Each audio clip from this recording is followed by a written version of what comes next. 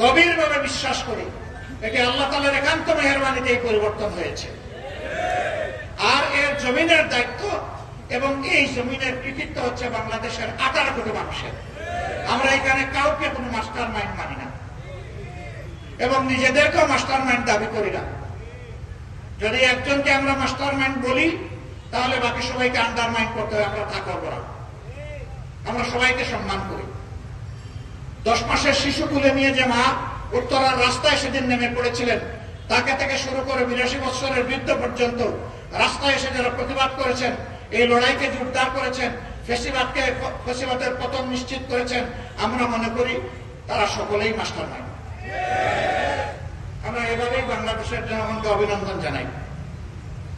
বন্ধুগণ, অবশ্যই দেশকে সুশৃঙ্খল অবস্থায় আনতে হলে আমাদের একটা কার্যকর নির্বাচন লাগবে। সেই নির্বাচনটা আমরা আশা করছি আগামী বছরের প্রথম দিকে ইনশাআল্লাহ অনুষ্ঠিত হবে।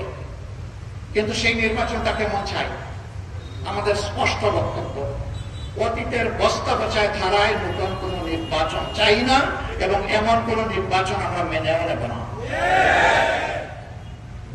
এই নির্বাচন হতে হবে স্বচ্ছ,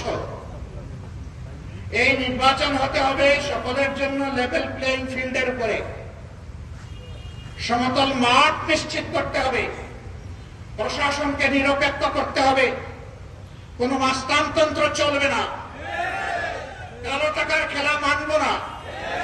এগুলা নিশ্চিত করে আগামী বছরের প্রথম অংশে এই নির্বাচন দিতে হবে। নির্বাচন বিলম্বিত হলে কিছু জটিলতা সৃষ্টি হবে, বুঝ আমাদের আছে, কিন্তু আমরা কোন প্রিমেচিওর ডেলিভারি চাচ্ছি না। বাচ্চা 10 মাস 10 দিনে যে বাচ্চা জন্ম নেয়, সেই বাচ্চা স্বাভাবিকভাবে সুস্থ সবল থাকে। 6 মাসের মাথায় বাচ্চা জন্ম নেয়, তাকে ইনকিউবেটরে রাখতে হয়, ওই বাচ্চা সারা জীবন দুর্বল থাকে। আমরা এরকম কোন দুর্বল নির্বাচন এবং দুর্বল গণতন্ত্র চাই না। আমরা গণতন্ত্র এবং নির্বাচনকে তার মজবুত পিলারের উপর দেখতে চাই। আমরা সংস্কারের কথা বলেছি, অবশ্যই সংস্কার করতে হবে। আমরা স্থানীয় সরকার নির্বাচনের কথা বলেছি দুর্ভোগ কমানোর জন্য, এটা একটা নির্বাচন। বহু জায়গায় এখন স্থানীয় সরকারের কোন প্রতিনিধি নাই, জনগণের সাফারিং হচ্ছে। কিসের রাজনীতি? জনগণকে আমি সাফারিং এর মধ্যে রেখে দেব? এই জন্য আমরা বলেছি যে আগে স্থানীয় সরকার নির্বাচন দিয়ে জনগণের সাফারিংটা দূর করে। আমরা প্রবাসীদের ভোটাধিকার চেয়েছি। এই আন্দোলন, এই বিপ্লব, এই অভ্যুত্থান আমরা একা করি নাই।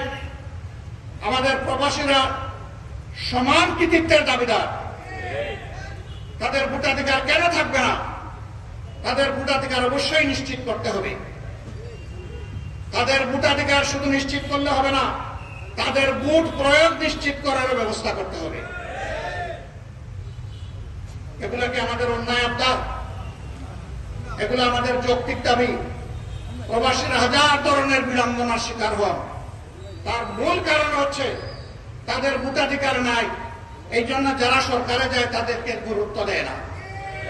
একটা জায়গায় খুব সুন্দর করে গুরুত্ব দেয়, সেই জায়গা হলো প্রবাসীরা আমাদের রেমিটেন্স যোদ্ধা। আর বিদেশে হালকা ওজনের বড় লাগেজ নিয়ে যাওয়া হয়, আসার সময় আলহামদুলিল্লাহ ভারী লাগেজ নিয়ে আসা হয়। এই জায়গায় খুব ভালো গুরুত্ব দেওয়া হয়।